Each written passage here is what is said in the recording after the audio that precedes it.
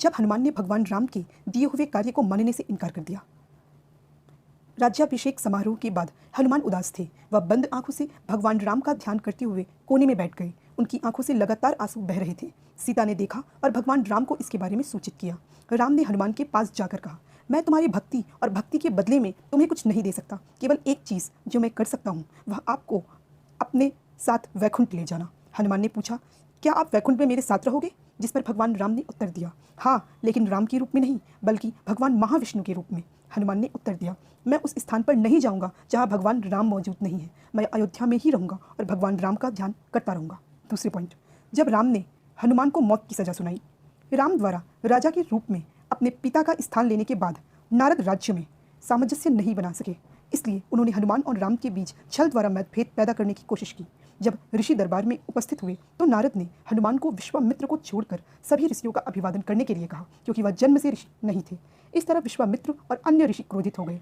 विश्वामित्र और अन्य सभी ऋषियों ने भगवान राम से हनुमान को मृत्यु दंड देने की मांग की। भगवान राम भी इस सजा के लिए मना नहीं कर सकते थे, क्योंकि विश्वामित्र उनके गुरु थे।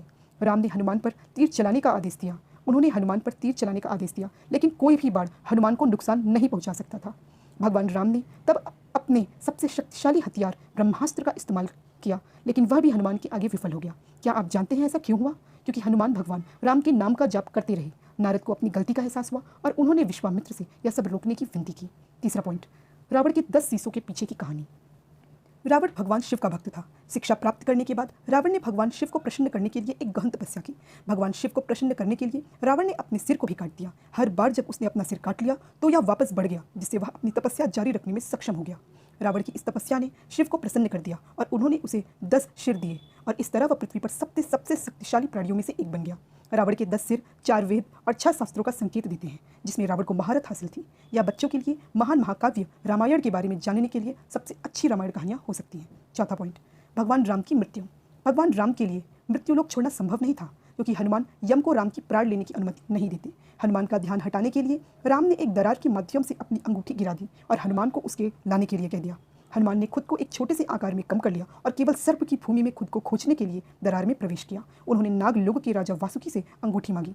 राजा ने उसे अंगूठी से भरा एक गुंबद दिखाया, जिसमें सब राम की जैसी ही अंगूठियां थीं। यह देखकर हनुमान चकरा गए। तब राजा ने उन्हें बताया, राम ने उनकी मृत्यु से आपका मन हटाने के लिए जानबूझकर अंगूठी को नीचे गिरा दिया था। 5वां पॉइंट, लक्ष्मण 14 साल तक जागते रहे।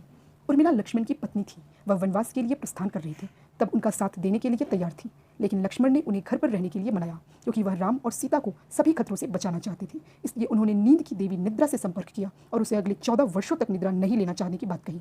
निद्रा ने आज्ञा दी, किसी को संतुलन बनाने के लिए उसकी ओर से सोना होगा, तो लक्ष्मण ने उन्हें इसके लिए उर्मिला पर विचार करने के लिए कहा। निद्रा अयोध्या के महल में गई और उर्मिला से पूछा कि क्या वह लक्ष्मण की नींद लेना चाहेंगी, जिसके लिए वह सहर्ष तैयार हो गई।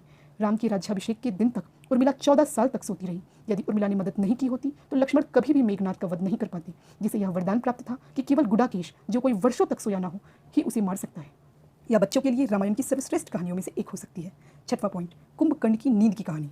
एक बार रावण कुंभकर्ण और विभीषण से पूछा गया कि वे ब्रह्मा से क्या वरदान चाहते हैं। दूसरी ओर इंद्र कुंभकर्ण की वीरता और बुद्धि के बारे में अच्छी तरह से जानते थे। इंद्र जानते थे कि वह स्वर्ग का राज सिंहासन मांग लेंगे। इससे भयभीत होकर इंद्र ने देवी सरस्वती से कुंभकर्ण की जीभ को बांधने का अनुरोध किया, जिससे कुंभकर्ण को अनंत निद्रासन का वरदान मांग लिया। ब्रह्मा ने उन्हें अनंत निद्रा का वरदान दिया। अपने भाई की दुर्दशा को देखकर रावण ने ब्रह्मा से शाप को पूर्ववत करने का अनुरोध किया। ब्रह्मा ने इसे पूर्ववत किया, लेकिन एक शर्त के साथ। उन्होंने कहा कि कुंभकर्ण आधे साल सहन करेगा और आधे समय तक जागता रहेगा। लंका के युद्ध के दौरान भी कुंभकर्ण सो रहा था और उसे जगाने की कोशिश में 1000 हाथियों के साथ चला गया था। यह बच्चों के लिए रामायण को बेहतरीन और दिलचस्प कहानियों में से एक है। और ऐसी ही कहानियों को आगे सुनने के लिए, जानने के लिए हमारे चैनल को लाइक करें, सब्सक्राइब करें। Thank you so much.